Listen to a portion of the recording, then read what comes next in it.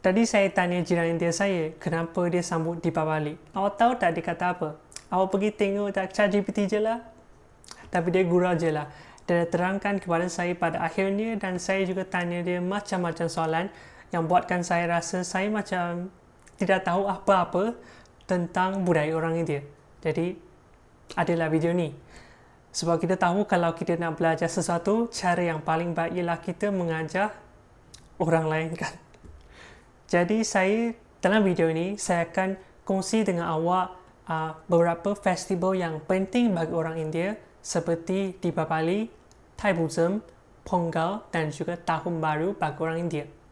Sebelum mula, saya minta maaf dulu jika terdapat apa-apa kesalahan dan saya juga mohon pencerahan daripada sesiapa yang lebih berpengetahuan dalam bidang ini untuk membetulkan saya.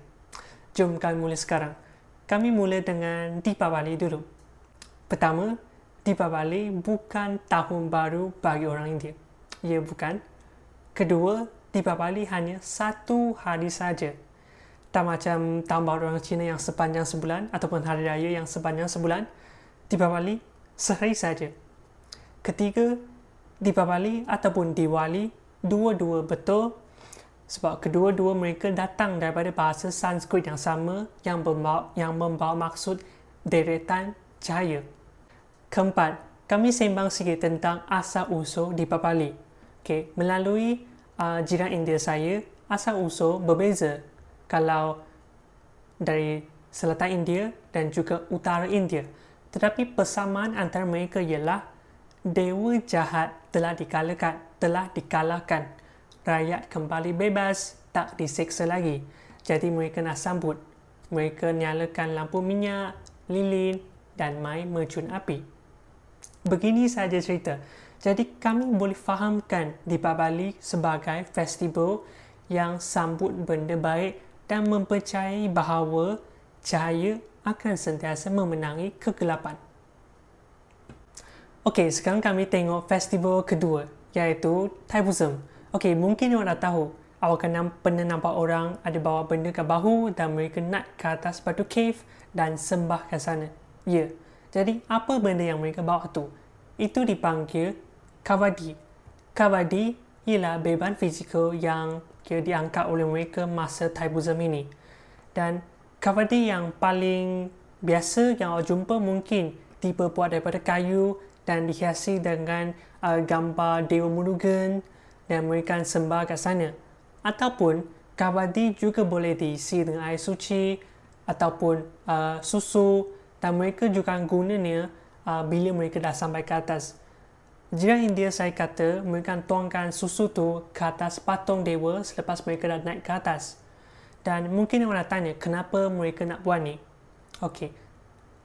Jiran India saya kata mereka buat ni sebab mereka nak tunaikan janji mereka dengan dewa kat sana. Okey, contoh, saya buat satu janji dengan Dewa Murugan. Kalau tahun ni perniagaan saya baik, saya akan bawa satu kavadi dan naik ke batu cave dan sembah kat dewa. Okey, jadi bila perniagaan saya betul dah jadi baik, saya akan buat benda ni. Saya akan bawa satu kavadi dan naik ke atas sebagai tanda balasan lah. Dan jiran India saya juga kata orang lain juga boleh buat tanpa sebab untuk kepuasan diri saja. Tengok kepada individu masing-masing. Ini Thaipusam. Dan asal-usul festival ini ialah mereka nak menyambut hari Dewa Murugan. Melalui ChatGPT, Dewa Murugan ialah Dewa Perang, Dewa Keberanian. Menyambut hari Dewa Murugan mendapat veil, iaitu tompak suci daripada ibunya untuk mengalahkan syaitan, ialah menghapuskan dewa jahat untuk menyambut hari itu. Itu Thaipusam. Sekarang kita beralih kepada festival ketiga, Pongal. Pongal biasa disambut pada 14 Januari. Dan Pongal, bila dah sampai Pongal, awak akan nampak ada batang tebu di hadapan rumah kawan India kita sebagai hiasan. Dan Pongal sebenarnya boleh dikatakan seperti hari gawai bagi orang India. Sebab Januari, masa tu ialah musim menuai dan jiran India saya kata kat India, festival ini sambut lebih meriah berbanding Deepavali ataupun Thaipusam. Apa yang akan mereka buat? Benda yang akan mereka buat ialah mereka akan ada satu periuk dan letak susu sampai dia mendidih keluar. Itu bermakna rezeki tahun ini akan melimpah keluar. Dan lepas susu tu dah mendidih, mereka akan masukkan gula, nasi, gajus dan rempah-rempah tertentu untuk menghasilkan satu nasi manis. Dan lepas tu nasi manis tu mereka akan sembah kepada matahari, bagi matahari dulu, lepas tu baru mereka makan. Ya, sebab yang terima kasih terhadap matahari, sebab kalau tak ada matahari, tumbuhan hasil tanaman ni semua takkan ada kan.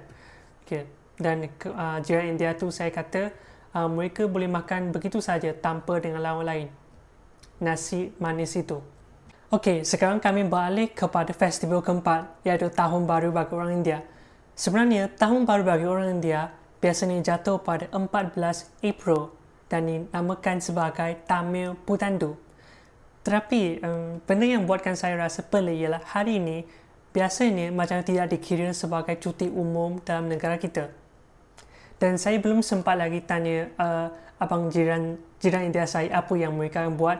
Tetapi apa yang saya belajar dari ChatGPT dan online, dikatakan mereka akan buat satu lauk yang istimewa, iaitu mangga pachadi, yang dikatakan macam jam strawberry, jam berry biru, tetapi diperbuat daripada mangga muda. Dan jam ini dikatakan ada 6 rasa, yang di mana manis daripada gula jaggery, masin daripada garam, masam daripada mangga muda, pahit daripada bunga senambu, kelat daripada kunyit dan juga pedas daripada cili hijau. Dan ke-6 rasa ini membawa maksud simbolik bahawa seseorang akan menerima segala perasaan ini dalam kehidupan yang akan dimulakan pada tahun ini. Ibarat dia dah bersedia terhadap tahun baru. Laut ini dipanggil mangga pachadi. Mungkin tahun depan saya boleh minta sikit dengan jiran India saya tu kalau dia ada masak. Dan melalui rujukan, biasa orang akan makan mangga pachadi dengan nasi begitu. Bukan makan begitu sajalah.